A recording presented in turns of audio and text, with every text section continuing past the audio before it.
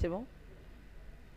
Bonjour et merci d'être venu, d'être présent ici aujourd'hui à cette troisième édition de Salon du Livre. Je me présente, mon nom est Ndé Fatou, connu sous le nom de Poupette.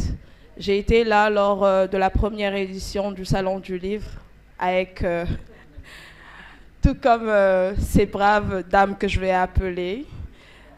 J'ai été là en tant que co-écrivaine du nouvel Sœur d'encre à la première édition. Aujourd'hui, je suis très heureuse d'être là pour présenter les livres de mes sœurs, Liées et déchaînées. Donc, sous ce, j'appelle Kinenyo. Merci de les applaudir, s'il vous plaît. Selbe Diouf, Paul Kadia Traoré, Gina Goudjabi, Mamsak Mariama Diallo, Oumi Ndiaye, Absassar et Paul Sama. Merci. Merci de les applaudir, s'il vous plaît.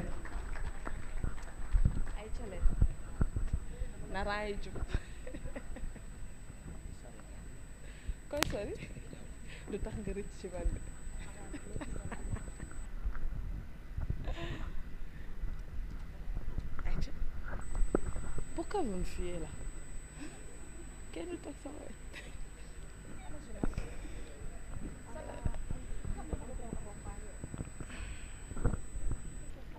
Oui, oui. Elle arrive, ok. Elle va nous rejoindre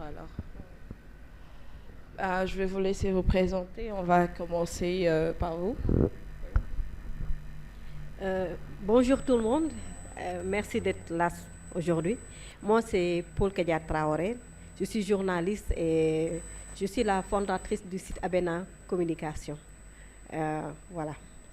Et je suis co-autrice de ce livre, Liées et déchaînées. Ici. Bonjour, moi c'est Selbe Diouf, artiste, thérapeute, chanteuse. Et maintenant, où est Fatou Giarna, le collègue, co-autrice du livre Liées et déchaînées. Je suis vraiment ravie d'être là, de retrouver mes sœurs. Merci beaucoup. Bonjour à tous, c'est Gina Goudjabi, scénariste, communicante, co-autrice du recueil Liées et déchaînées. Merci. Bonjour à tous et à toutes, moi c'est Oumi Ndiaye, auteur, et je suis agroéconomiste, spécialiste en chaîne de valeur agricole et je suis contente d'être là avec les filles. Merci. Tu peux prendre le micro qui est avec toi. Bonjour à tous, je suis Paul Sama, je suis co-autrice de l'ouvrage Liées et déchaînées. Je suis enseignante de formation, passionnée d'écriture. Merci.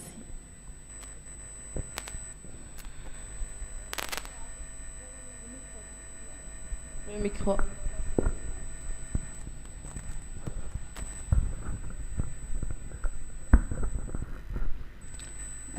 Bonjour à tous, je me nomme Kinenya, je suis community manager et en même temps scénariste. Je suis co-autrice du recueil de nouvelles Liées et déchaînées.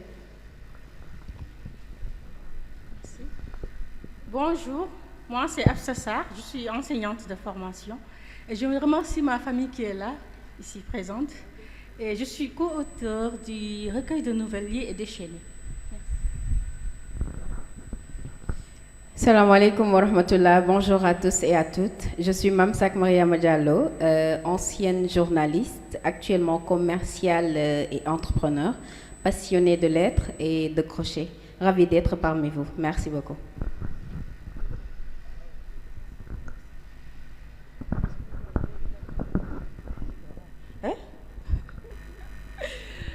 Merci à vous de vous être présentés. Donc, Liées et déchaînées. Pourquoi ce titre? Déjà, qui a proposé ce titre? C'est qui?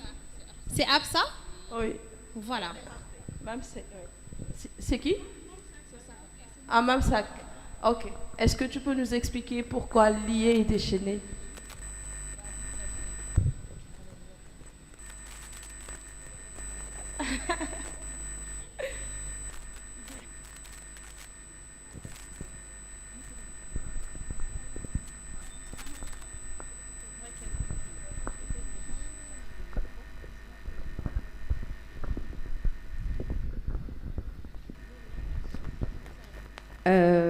Pourquoi lier et déchaîner? Si je me rappelle bien, on a reçu le document que Amina nous avait envoyé pour qu'on relise une dernière fois les histoires, pour s'il y avait des corrections à faire et tout. Donc moi, je l'ai lu en une journée. Donc j'étais assez frappée et vraiment, j'ai trouvé cela agréable de lire des femmes qui inspirées. Et j'avais l'impression qu'on était liés parce qu'on avait eu à se rencontrer grâce à la résidence d'écriture qui avait été organisée par Amina, qu'on remercie d'ailleurs. Donc j'avais l'impression qu'on était déjà liés par cette résidence et on s'est déchaînés en quelque sorte. De un, et de deux, dans nos histoires communes, je retrouvais ce lien-là, cette relation qui s'était créée. Et dans chaque histoire, je retrouvais un bout de chacune d'entre nous, si je peux le dire ainsi. Donc on était liés. Chaque personnage avait quelque chose d'assez commun. Voilà, et je pense que c'est ce qui m'a fait penser à ce titre-là, voilà, lié et déchaîné.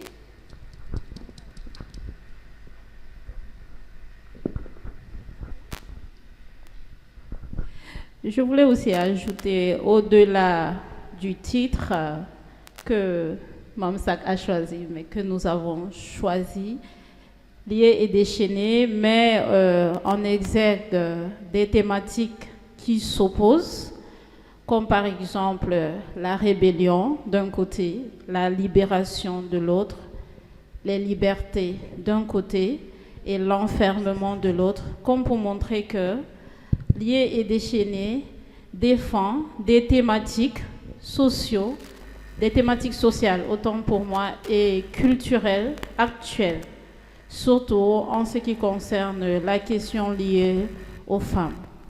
Ces questions, n'est-ce pas, qui montrent souvent qu'au point de vue interne, les femmes vivent des situations vraiment parfois compliquées, qui sont comme des liens qui les attachent, n'est-ce pas, à une situation bien déterminée. Et c'est une détermination à mettre fin à ces liens à travers des dénonciations, à travers l'envie qu'il y ait de la justice, n'est-ce pas, d'où le caractère déchaîné du livre, n'est-ce pas, qui justifie encore le titre de notre collectif. Merci. Et tout avait traité des sujets qui parlent de la femme, qui embellit la femme, qui lui donne le courage, et je vous salue par rapport à ça. Si je peux me permettre, Gina, le courage de vivre, que j'ai trouvé très forte comme titre. Et je me demande pourquoi ce sujet, pourquoi avoir voulu présenter la femme ainsi. Et ce titre aussi qui est très attractif. C'est une histoire personnelle, quelque chose de vécu ou bien? Alors, normalement, on écrit toujours sur une histoire vraie, que ce soit par rapport à l'entourage, par rapport à notre propre histoire, l'histoire de nos proches quand même, parce qu'on a beaucoup de figures féminines qui peuvent nous inspirer en fait. Et le courage de vivre, c'est vraiment... L'idée m'est venue parce que j'ai toujours remarqué que l'être humain, parfois, a du mal à plonger à l'intérieur de soi pour assumer, en fait, pour affronter ses émotions. Et il faut du courage, en fait, pour faire ça. Parce que c'est comme ça qu'on va arriver à comprendre nos émotions, les sentiments qu'on a tendance à refouler pour ne pas se blesser. Et il faut juste les affronter et puis mieux nous comprendre, mieux nous accepter et pouvoir avancer en paix. C'est ça. Ok. Et Ouminia, elle est là? Ah, c'est vous. Ok. Ouminia qui parle de la nuit nuptiale, c'est ça? Donc là, quand j'ai lu, je me suis dit, ok, parce que souvent j'entends parler de la virginité auparavant, aujourd'hui, une différence. Comment vous la voyez, cette différence? Merci de m'avoir donné la parole. J'ai parlé de la virginité, de la conception que nos mères, nos arrière-grand-mères, nos grands-mères avaient de la perception de la préservation de la femme. Une femme se devait de se préserver pour son mari. Et même on évaluait la qualité, les valeurs de la femme par rapport à cette virginité-là. On disait qu'une personne, elle est bonne ou elle est mauvaise parce qu'elle est vierge. Alors que ça va au-delà de cela. Beaucoup de femmes ont perdu leur virginité, pas parce qu'ils se sont donnés à un homme, mais il y a eu des accidents, il y a eu des viols, il y a eu d'autres paramètres qui font qu'une femme n'est plus vierge. Alors que les jeunes d'aujourd'hui sont beaucoup plus ouverts, ils comprennent mieux ces réalités-là, ils comprennent mieux aussi que la valeur intrinsèque d'une personne ne se suffise pas à sa virginité. Voilà, c'est ça que j'ai voulu un peu expliquer sur cette histoire. Sujet un peu complexe quand même. Merci. Mais bravo quand même. Et je vais basculer avec Kinenya. C'est là, le micro est avec vous. Kiné. Une seconde pour tout changer. C'est un titre aussi qui m'a frappé.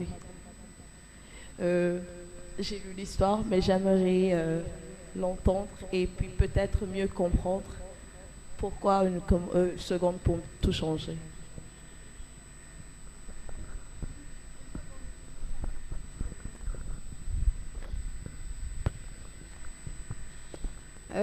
Une seconde pour tout changer. À travers cette histoire, je voulais mettre en exergue le fait que la vie d'une personne peut basculer d'un moment à l'autre.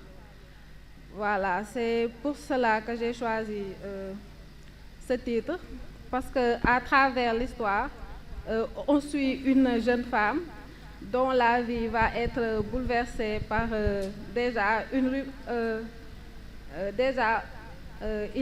elle va être confrontée à la maladie, la dépression, et face à tout cela, elle va décider de s'en sortir. Mais à un moment donné, c'est la vie elle-même qui va faire qu'elle va sombrer.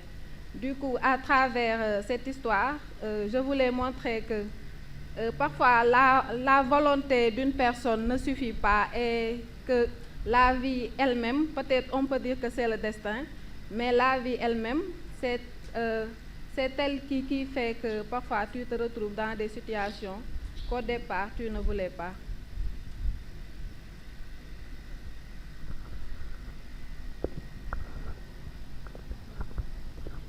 Paul, ça va. En fait, ton histoire, elle est psychologique pour moi. Parce que quand je l'ai lu en tant que mère, je me suis revue. Et en fait, ce truc entre la maman qui est fatiguée, qui a toujours envie de se relever pour sa fille, ce surmenage-là, en fait, moi, elle a été un peu je l'ai vue comme comment ça s'appelle encore? Une thérapie. Quand j'ai lu ce petit résumé que tu m'as envoyé. Et ton titre, Les chaînes du berceau. J'ai trop aimé. Merci beaucoup, Poupette. Les chaînes du berceau, vraiment, ce titre est venu après Lié et déchaîné, parce que, et après le titre du livre, j'ai vu que vraiment, ça reflétait exactement ce que je voulais dire dans l'histoire. Les chaînes du berceau racontent l'histoire d'une jeune femme qui est très heureuse d'entrer dans un mariage très jeune et très heureuse c'est-à-dire de faire tout ce que sur le plan traditionnel et culturel, on lui demande sans penser à elle-même, à ses émotions et autres. Et en l'espace de quelques temps, disons 8 à 9 ans, elle va se retrouver avec plein d'enfants qui vont faire en sorte qu'elle perd son identité, elle ne sait plus qui elle est, Elle ne sait plus si elle doit être heureuse d'être mère ou alors complètement malheureuse d'être mère. Donc, elle se retrouve enchaînée, n'est-ce pas, entre ce lien viscéral entre une mère et ses enfants et, n'est-ce pas, ses problèmes personnels. Et en écrivant Les Chiennes du berceau, je voulais mettre en exergue, n'est-ce pas, les questions liées à la maternité. Comme pour dire que la maternité, parfois, quand elle est excessive ou alors imposée, peut symboliser un enfermement pour la mère, n'est-ce pas? Et entre les joies de l'enfantement et les responsabilités, le prix du sacrifice est souvent très lourd. Donc, c'était un peu ça dans mon histoire. Merci. Donc là, je vais voir Selvé, perdue dans mes rêves.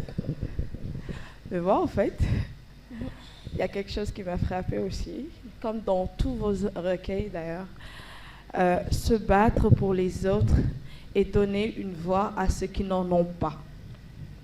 Un texte très fort aussi. Et on sent cette Selvé activiste dans ce récit. su ngeen xamoon fi ma jaar ba yegg si fii cey su ngeen dundoon li ma dund ba yegg si fii su ngeen xamoon saa yu ma juumee na ngeen ma baal. wax jooju dafa am solo. je vais faire mon speech en wolof parce que pour man dund mënoo ko dund fekk géntoo ko. La différence entre les deux rêveurs, c'est que l'une est restée à rêver et l'autre s'est levée pour réaliser ses rêves. Et pour moi, ma vie est un rêve, mais à un moment donné de ma vie, j'ai décidé quand même de me lever et d'affronter les problèmes pour enfin réaliser mes rêves. C'était flou au début, c'était pas évident. C'était très difficile pour quelqu'un qui a arrêté ses études à la classe des Nantais, CM2, qui a eu comme mère une battante, comme grand-mère une battante, mais qui a su quand même que malgré tout, il y a des choses qui deviennent comme le karma en fait. C'est comme la responsabilité. La responsabilité, pour moi, elle est héréditaire. Par rapport à mon expérience, par rapport à ce que j'ai vécu comme artiste, comme quelqu'un qui aime utiliser en tout cas l'écriture pour extérioriser ses problèmes. Beaucoup me disent, non, moi je ne pense pas que tu as vécu assez de problèmes. Parce que j'aime rire, j'aime faire rire. C'est pour moi une forme de thérapie. Et au début, ce n'était pas évident. Amina est témoin de ça. J'ai voulu esquiver beaucoup de choses en écrivant cette partie du recueil. J'ai douté à un moment, j'ai voulu même changer de texte. Mais c'était une étape pour moi à franchir. Parce que je donne beaucoup d'espoir à des jeunes, à des femmes, à des hommes. Et je ne peux pas dire aux gens d'assumer leur parcours, d'affronter leur peur et de rester dans cette bulle. Cause pour laquelle je me suis dit, oui, je rêve de changer le monde, mais il faut que je montre la voie.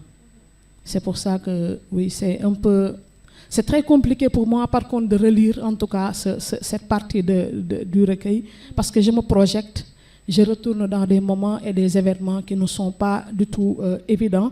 Et j'espère que tous ceux et celles qui vont lire ce livre vont avoir cette même impression-là, c'est-à-dire de pouvoir un peu connaître la personne de Selbé Diouf, qui diffère vraiment à la personne de Sister Elby, qui a droit et devoir de montrer que du bon face aux autres. Merci beaucoup. Encourageons. Merci. Donc là, on va... Mariama Diallo.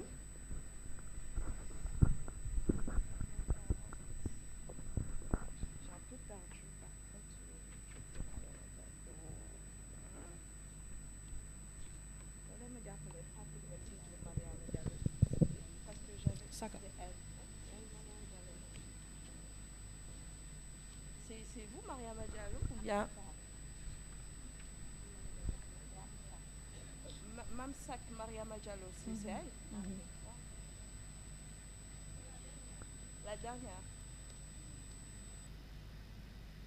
Est-ce que j'avais juste préparé Candide une de question? Liane. Ok, Candiliane. Candiliane. En fait, pourquoi j'ai pas retenu le titre? Vous m'aviez répondu tardivement et j'avais juste mis une question pour savoir est-ce que c'était une alerte pour les jeunes ou bien. Donc c'était ça. J'avais pas trop une idée par rapport au titre. Merci.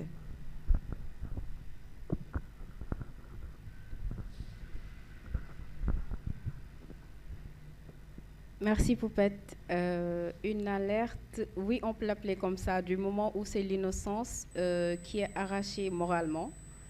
Arrachée moralement parce que c'est en général de jeunes filles assez casanières qui ne connaissent pas réellement les autres 4 coins du monde, mis à part les 4 coins de leur maison, les 4 murs, pardon, de leur maison. Donc, Candide Liana, c'est comme le titre l'indique, Candide pour parler de l'innocence, et Liana d'une jeune fille qui, voilà, ne connaissait pas vraiment l'amour, mais à un moment, elle a eu justement à tomber amoureuse et à penser que c'était réciproque.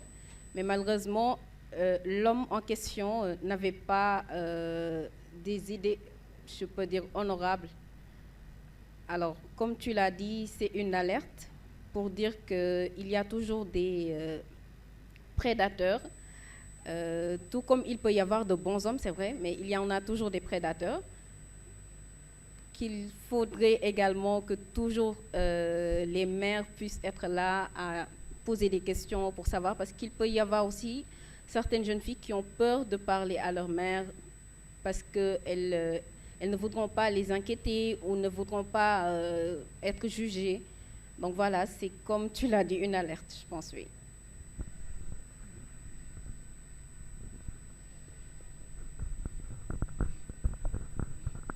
Je vais continuer avec Absa, une nuit, une longue nuit. Donc, qui aussi, je trouve que votre titre, il est vachement beau parce que vos histoires sont liées. Par la maternité à la naissance, une alerte. Donc, je trouve que, en fait, vous n'aurez pas eu à choisir mieux que lier et déchaîner. Franchement, Absa. Donc, est-ce que dans cette histoire, comme dans la plupart des histoires que j'ai lues, on pointe, parce que là, on pointe du doigt les hommes. En fait, je dirais pas cette ignorance. En fait, comme Niki Fale ou le délaisser et tout ça, parfois, on a tendance à voir des hommes qui ne prend pas assez soin de cette femme qui est enceinte, qui, on dit souvent, elle fait des caprices, elle fait ceci, elle fait cela, ça gagne quoi, négligé. Donc, est-ce que tu es en train de les toucher et à travers cet écrit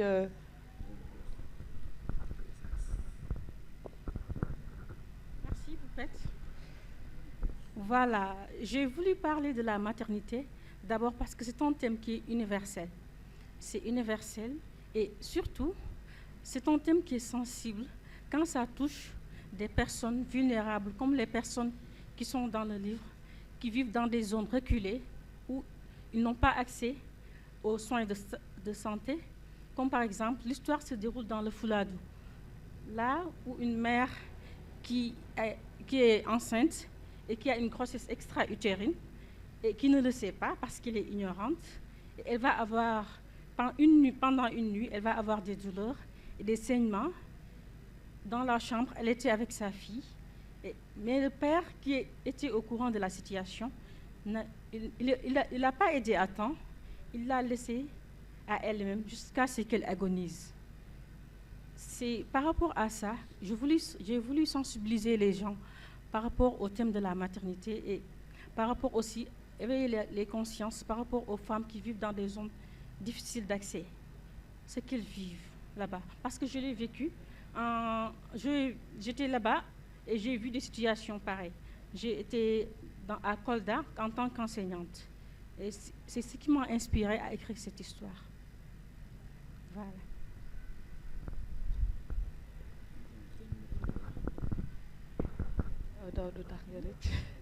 Donc, on va terminer avec toi.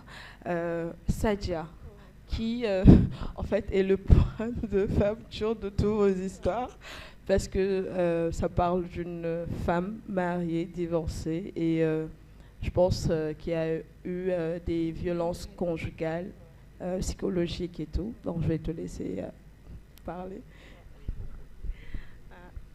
Merci. Voilà. Comme je l'ai expliqué tout à l'heure, je suis journaliste et j'ai un site que j'ai dédié à la femme et à l'environnement, parce que je suis une activiste féminine pour le climat. Donc du coup, je me suis dit que toutes les histoires que tu racontes, il faut que vraiment que ce soit vérifiable. Donc dans mon site, il y a une rubrique que j'ai nommée Histoire de femmes, ce qui me permet d'aller voir les femmes et de parler avec elles pour qu'elles m'expliquent un peu quel genre de violence elles vivent, que ce soit la violence économique, physique et morale. Parce que surtout la violence morale, les gens n'en parlent pas. Mais à travers ça, j'ai rencontré une jeune fille, parce que Sadia, c'est un nom d'emprunt. J'ai rencontré une jeune fille qui m'a beaucoup marquée parmi toutes les histoires que j'ai eu à écrire. Parce qu'elle a dit non. Et elle s'est donné les moyens de dire non.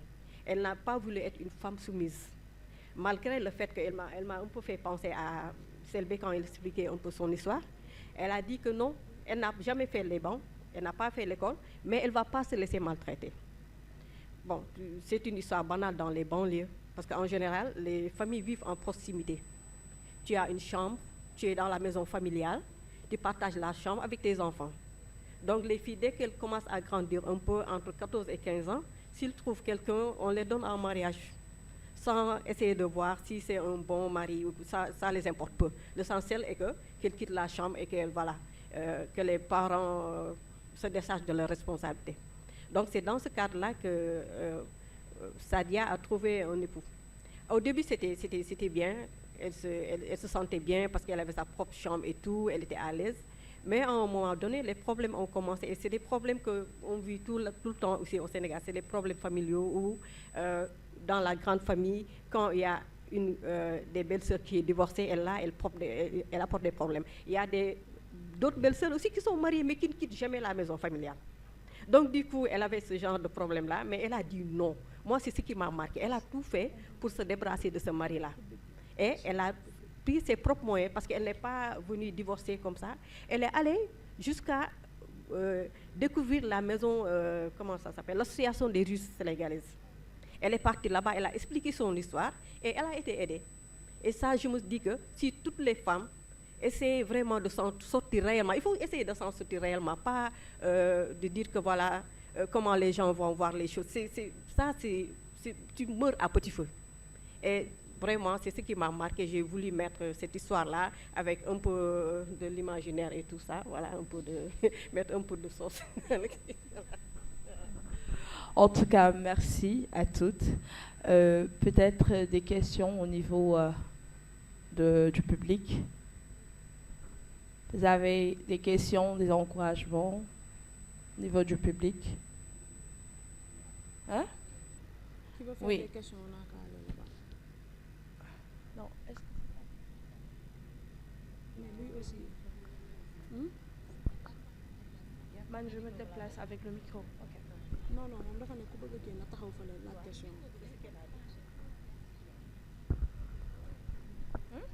Non, dafa ne Qui pose des questions? Ok. Qui veut poser des questions par les personnes qui veulent poser des questions, ils peuvent venir juste ici ou apporter des contributions.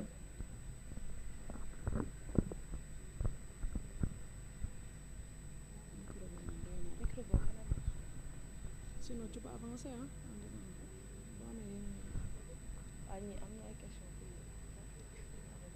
Wala ay contribution. Ñi am na ay question wala ay contribution.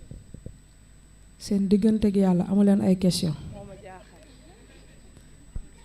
liñ fi wax yépp avec tout ce qu'on a dit ici vous n'avez pas de questions ou bien les explications étaient très très claires. am ngeen contribution sax. Derrière, alhamdulillah, Franchement. tonton est là. Ouais.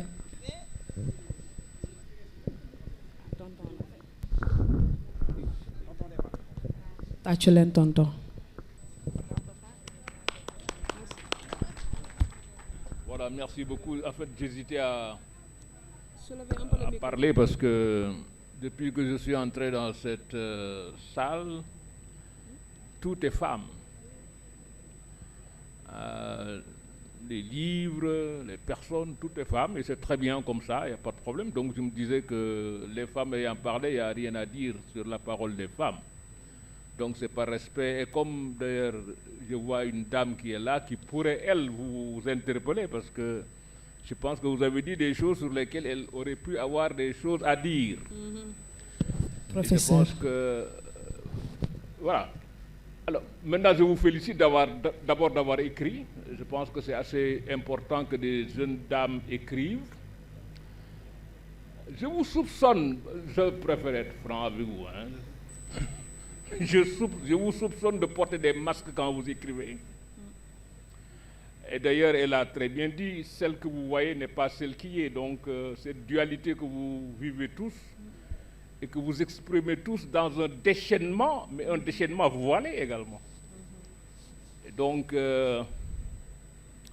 si le chapeau peut me faire croire à un déchaînement, les voiles peuvent me faire croire à une autre interprétation. Donc finalement, vos masques, certainement, sont ce que les hommes voient, mais ce que nous voyons aussi, c'est votre désir de déchaînement. Et je pense que ça, il faut l'avoir, il faut être déchaîné. Malheureusement, les jeunes dames que vous êtes, vous ne l'êtes pas assez. Je pense que vous êtes devenus très timorés. Très timorés parce que je pense, ça c'est mon point de vue vous allez encore dire point de vue d'homme, mais bon, c'est pas grave. Je pense qu'aujourd'hui, vous avez moins de réponses par rapport à la ruse des hommes que vos devancières. Je pense qu'il y a une ruse des hommes qui vous enchaîne en vous donnant l'impression que vous vous déchaînez. Et cette ruse des hommes s'exprime par ces genres de derrière chaque grand homme, il y a une grande dame, que vous répétez d'ailleurs, ce qui m'étonne très fort, évidemment, tout le discours qu'il y a dans les médias, hein, sur vos enfants qui réussissent parce qu'il y a Yakoligué et des choses comme ça, et ça, c'est les hommes qui le disent, et vous êtes heureuse d'entendre ça. Vous ne vous révoltez pas contre ça. J'ai vu dans la presse aujourd'hui mes amis de Djamra qui disent qu'il faut mettre fin, je crois il y a une masse des femmes toutes nues le 31. Je crois que c'est le 31. Je crois que tous les voyeurs hommes ont retenu cette date. Et tous les voyeurs hommes espèrent qu'il y aura cela, tout en vous dénonçant en disant qu'il ne faut pas le faire. Mais leur désir profond, c'est de vous voir défiler toutes nues dans les rues. Ça, mais moi, je sais pourquoi ça n'aura pas lieu. Mais si ça n'a pas lieu, ça sera parce que vous le voulez. Mais d'une certaine façon aussi, je parle longtemps parce qu'elles ont parlé longtemps, vous êtes là à regarder. Si je vois une mère, j'arrête. Mais moi, je voudrais intervenir. Hein. Merci, papa. Mais quand même, moi, je pense que... Non, mais je termine un oui, peu, y a pas de tout souci. simplement en disant tout le plaisir que j'ai à fréquenter ce salon. Je pense que c'était utile de voir ça. Il manque quand même, mais la prochaine fois, élargissez un peu au livre des hommes sur les femmes. Hein? Je pense que les livres des femmes, c'est très bien. Les livres, elle est encore contre, mais bon. Mettez quand même les livres des hommes sur les femmes, même si nous disons des vacheries sur les femmes, mais ça vous permet d'être contre les vacheries et de nous dire que vous êtes des crétins. Merci, papa. Donc, dites-nous que vous Bon, êtes je des pense que crétins. nous, on est venu présenter une livre avec 10 femmes qui parlent de lier et déchaîner.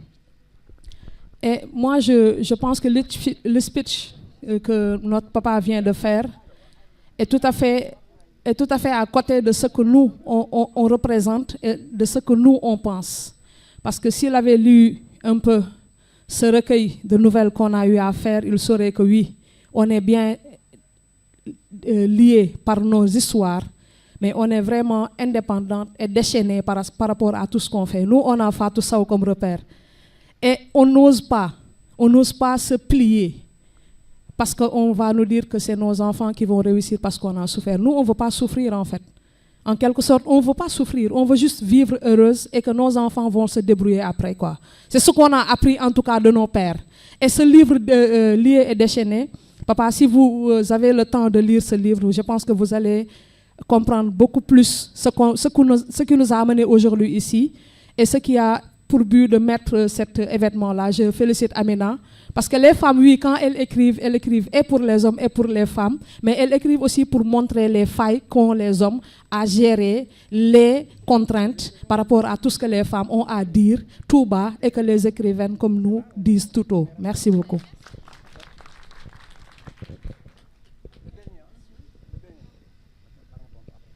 Et merci Selbe. Je vais ajouter quelque chose à ce qu'elle a dit. Merci à notre intervenant, mais je viens parce qu'il y a des mots que moi et les autres personnellement interpellés. Il a parlé de masque, il a parlé de voile, et je reviens directement sur ça comme pour dire que si nous sommes là aujourd'hui, justement, il parle par exemple du voile, il a parlé de son chapeau, de ses foulards. C'est aussi ça, exprimer notre liberté dans la diversité de façons de s'habiller, nous exprimer. Elle veut mettre son voile, elle met son voile. Elle veut être en chapeau, elle met son chapeau. Je mets ma perruque, sa robe et tout ça, toutes ces couleurs, voilà. Maintenant, ça c'est le voile extérieur, l'habillement. La quête de l'identité, maintenant, elle est à l'intérieur. Elle se reflète dans ce livre que nous avons écrit à travers des histoires spécifiques, mais qui rejoint une thématique collective. Et à côté de ça, il est revenu sur le salon, les histoires de livres. Oui, nous voulons un salon de livres féminin. Nous le disons, un salon de livres féminin pour mettre les écrits des femmes en avant, pour que nous soyons entendus, parce que voilà, c'est ça. On le dit haut et fort et on n'a pas peur de le dire. Merci. Et juste pour rajouter, qui d'autre que les femmes pour écrire les histoires des femmes? Nous savons nous raconter et nous nous racontons très bien. Et aussi nous permettre aux femmes d'ouvrir les yeux, d'enlever ce masque par rapport à leur vie. Leur demander de se lever, d'avoir le courage de se battre. On est là pour ça et ce salon est fait pour ça. Merci. D'autres questions? Un homme, une femme.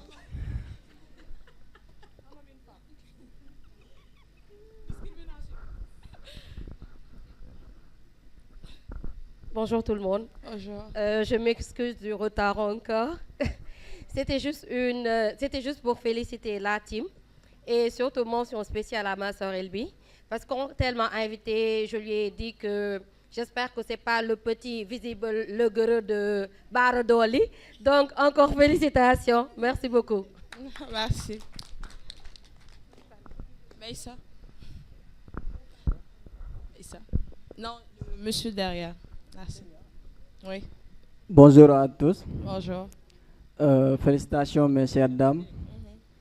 Franchement, c'est encourageant de porter ce combat. Alors, d'après votre présentation, j'ai quelques questions à poser l'une d'entre vous. Alors, parmi vous, il y a Kinenya, que j'ai une question pour vous. Dans ton œuvre, Une seconde pour tout changer, si j'ai bien noté, une jeune femme confrontée à la dépression. Ma question en est que comment était sa lutte pour en sortir? Et pour enchaîner aussi sur les scènes du berceau, une histoire d'une jeune femme heureuse dans son foyer. Qu'est-ce qui provoque sa perturbation? Ensuite, sur le recueil de Selbe Diouf, je pense. Quel enseignement devrons-nous en tirer de ce recueil? Et sur la dame aussi qui parle de la maternité, quelle position a l'homme à la maternité de sa femme? Ou bien quelle position a l'homme sur l'accouchement de sa femme? Merci.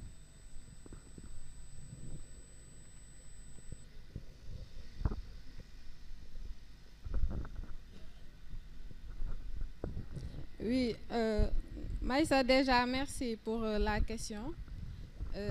Si je pense bien, c'est comment la protagoniste est sortie de la dépression. Voilà, une seconde pour tout changer. Ça parle de la maladie, la dépression, comment sortir d'une dépression. Quand, par exemple, tu ne peux pas compter sur ton mari, sur ta propre mère, sur ton père, quand tu as tout le monde au dos, si je peux dire. Du coup, la protagoniste a su tirer en elle-même, voilà, la force de changer, de se dire que non, ce n'est pas cette vie que je veux. Je veux vivre comme Selve l'avait dit tantôt. Voilà, il faut vivre sa vie parce qu'on n'a qu'une seule vie. Et le bonheur, c'est pas les autres qui peuvent nous donner le bonheur. Le bonheur, on le puise déjà en soi. Voilà, et elle a su croire en elle, se battre, voilà, pour sortir de cette dépression, ne compter que sur elle-même, faire des projets pour son avenir. Et voilà, elle a su sortir de cette dépression. Bon, moi, je pense que ce que je peux retenir en tout cas, c'est pour dire des conseils, c'est trop dire, mais je vais juste lire cette partie de Sœur Emmanuel qui disait « La vie est un risque. Celui qui n'a pas risqué n'a pas vécu. » Alors des fois, n'aie pas peur en tout cas de prendre des risques. Parce que les expériences, on ne les acquiert pas parce qu'on se lève, on ne fait rien en fait. Il faut se heurter à des problèmes, essayer de trouver des solutions. Et pour réussir encore plus, parce que la réussite, elle n'est pas juste à côté en fait. On peut te montrer du doigt que c'est là-bas, mais avant d'y arriver, c'est beaucoup d'étapes. Et moi, je dis que si je devais changer quelque chose dans ma vie, je ne changerais rien, parce que ça fait de moi celle que je suis devenue.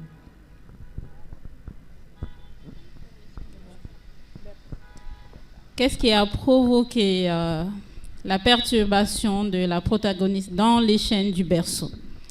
Je vois que les questions, il veut qu'on rentre vraiment dans l'histoire pour comprendre. Donc, on invite encore à lire le livre.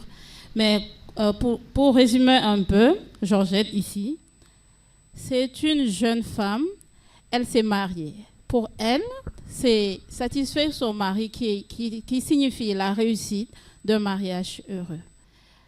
Et pour son mari, un homme est vu en société en fonction du nombre d'enfants qu'il a. Pour lui, le respect, c'était lié au nombre d'enfants. Donc, en moins de 8-9 ans, elle se retrouvait avec 11 enfants.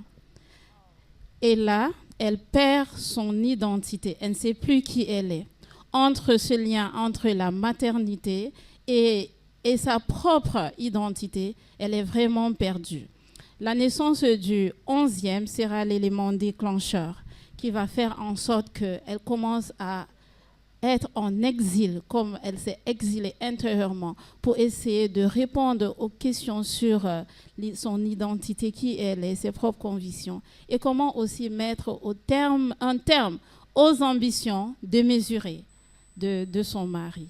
C'est la quête, n'est-ce pas, des réponses de ce chemin qui conduit vraiment à ce livre, Les chaînes du berceau. Le livre finit un peu de façon dramatique par une nouvelle, puisque ce sont des nouvelles. Voilà, c'est un peu ça pour répondre. Merci. Voilà. Ça marche. Ça marche, oui. Voilà, sa question, c'était par rapport à la maternité. Je pense que c'est culturel. Notre société voudrait que la maternité concerne seulement, les questions de la maternité concernent seulement les femmes, alors qu'il faut être deux pour faire un enfant. La plupart du temps, tout est laissé, la mère est laissée à elle-même, alors que le père devrait être présent de la conception jusqu'à la réalisation. Par exemple, les 9 mois à l'accompagnement de la femme devrait se faire plus. Parce que la société sénégalaise demande trop à la femme. J'ai voulu qu'on prenne conscience de cela, que la maternité, c'est une question de 2 personnes qui doivent s'entraider. La femme devrait être plus aidée par l'homme. C'est pour faire prendre conscience de cela que j'ai voulu parler de la maternité dans l'œuvre. Voilà. Merci et merci d'être... désolé, on est... là, il y a le temps qui presse. Donc, merci à vous d'être présents et je vous le recommande vivement. Liées et déchaînées. Et ces histoires sont vraiment liées et elles sont aussi vraiment déchaînées. Merci à vous toutes. Merci pour cette belle requête. Merci.